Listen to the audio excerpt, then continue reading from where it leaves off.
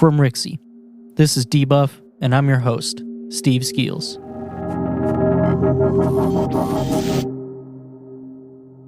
Today, I'll be talking about GameStop's reopening and salary cuts, Super Mario Odyssey 64, and Trials of Mana. If you've followed GameStop at all in the last few years, then you probably know that they've been struggling, and the current pandemic is not doing them any favors. While other stores were closing their doors amidst this pandemic, GameStop deemed themselves an essential business, saying they, quote, enable and enhance our customers' experience in working from home, end quote. The media ate this up. A video game store essential? Even those of us who love games know that this is absurd, and that justification they give is laughable at best. GameStop stuck to it though, and they even provided a write-up of how employees should respond in the event that the police come by their stores. Their employees certainly don't get paid enough to essentially tell the police to get lost and call corporate if they have a problem with it. But one could guess that they were just holding out to try to get their pre-orders of Doom Eternal and Animal Crossing sold. But let's not pretend that that was for the benefit of the people. After the release of those two games, GameStop closed down their doors on March 22nd, though many stores continued selling games via curbside pickup. After a month of closed doors, GameStop announced a business update on April 21st. In this update, they've stated that they are reopening stores in Italy, Germany, Austria, and the states of South Carolina and Georgia. They are also preparing for the potential to reopen more stores in other countries and states. GameStop has been on a financial decline, and it seems that any pivot they attempt does little to help them out, so I would almost understand the argument that if they don't reopen, it will kill the company. However, CEO George Sherman stated GameStop has met over 90% of their planned sales in 2/3 of their stores through the curbside operations. I don't know if they can't utilize that other 1/3 of their locations just because of where they're at. Many GameStops are in malls, and they could just be some stores that are too close to each other to make sense to open all of them. I know around here there are some locations that have a few GameStops within a couple miles of each other, but it would be worth trying curbside pickup at more of their locations instead of reopening their stores during a pandemic that may not be resolved anytime soon. The only part of this update that I think is good to see is that the executives are taking pay cuts themselves, seemingly to try and save the company some money. The update announced a 50% cut for the CEO and a 30% cut for the CFO and the rest of the executives. Additionally, the board of directors is taking a 50% reduction in cash compensation. The caveat to this, though, is that other employees worldwide will be taking cuts from 10 to 30%, and some of the corporate staff are being offered either a temporary furlough or a reduced work week and pay program. It is unfortunate to see all these employees being affected by the pandemic, but I'm glad to see that the higher-ups are taking it upon themselves to reduce their own income as well. I think that shows that they are looking out for the company in some regard.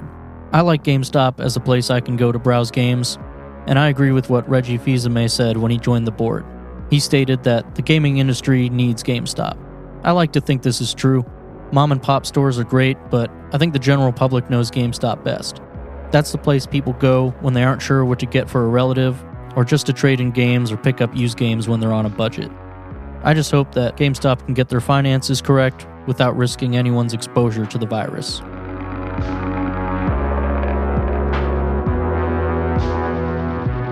Super Mario Odyssey 64, now this is crazy to me. ROM hacks are always cool, but the mods made by Kaze Emanuar are some of the best I've ever seen. Released on April 18th, this time he's developed a demake of Odyssey in the 64 engine. This mod includes the ability to use Cappy to control enemies, additional movement options for Mario taken right from Odyssey, and many of Odyssey's levels lovingly recreated. If you've played both games, you can see this as a kind of fun mashup of the two games. It's definitely not a one-for-one remake of Odyssey. The story is different here, and while I know no one really plays Mario for the story, I think it's worth noting that Kaze took some time to at least put the elements of a story into this mod. Peach is in trouble, Mario needs to collect moons to power the Odyssey ship, and catch up to Bowser. That's enough for most. You can pretty easily tell that this mod took some serious dedication and effort.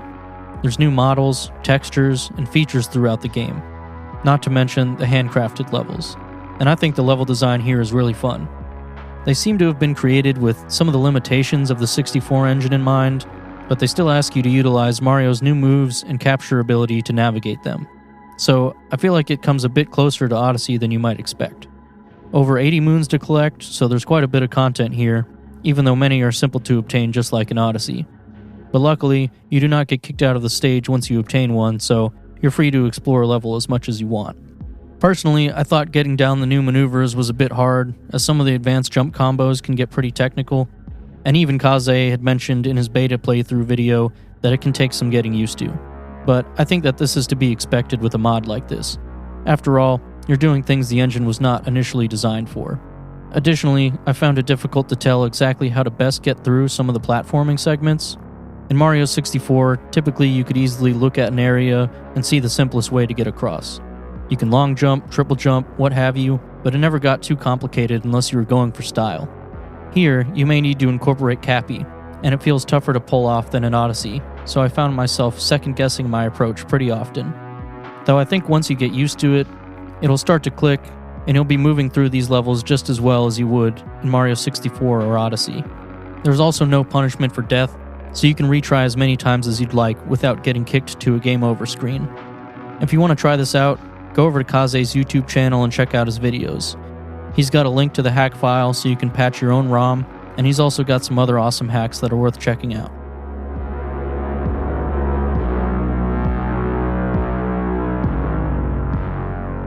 Last up, Trials of Mana.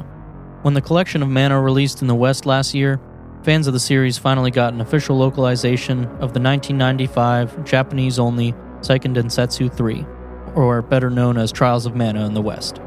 At the same time, Square Enix announced a 3D remake of the game. Released on April 24th, the game currently has a Metacritic score of 76 and a user score of 8.3. While I've only had a chance to play the demo, the game looks like a pretty faithful remake. The overall narrative and many of the gameplay elements remain the same as in the original title. And the visuals here are great, which is awesome to see since the original was one of the best looking games of the 16-bit era. Square Enix has gone for exactly the kind of visual direction I would expect for a ground-up remake of a Super Nintendo JRPG.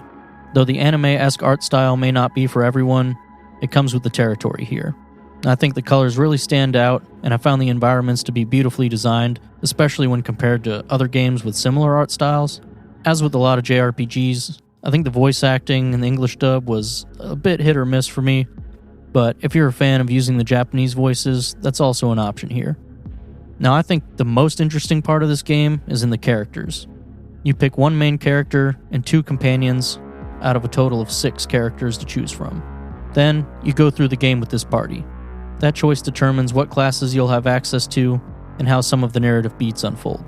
Unfortunately, this can lead to some off moments where you may not be privy to something that a character not in your party would have seen. However, I think the system opens up the game for a high level of replayability.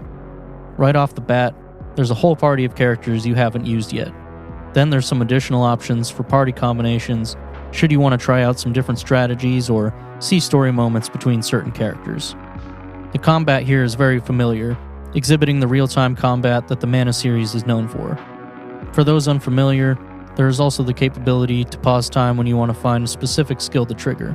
Plus, you can swap to different characters in battle whenever you want, so there's room for lining up combos between your party members.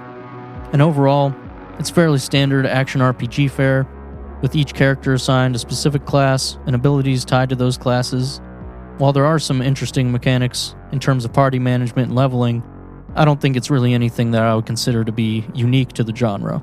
That's not to say that this is a bad thing. What's here is well designed, and it doesn't ask too much of the player. There are many classic tropes and game design aspects that should remind you of older RPGs, like generic NPCs with bland dialogue, but this seems like an attempt to keep true to the original game and can be pretty charming if you've played games like these many years ago. This game may be a hard sell for anyone if you're not at all interested in classic JRPGs, but if these kind of games are your jam, then you'll feel right at home. I personally plan to pick it up once I can clear some more games from my backlog.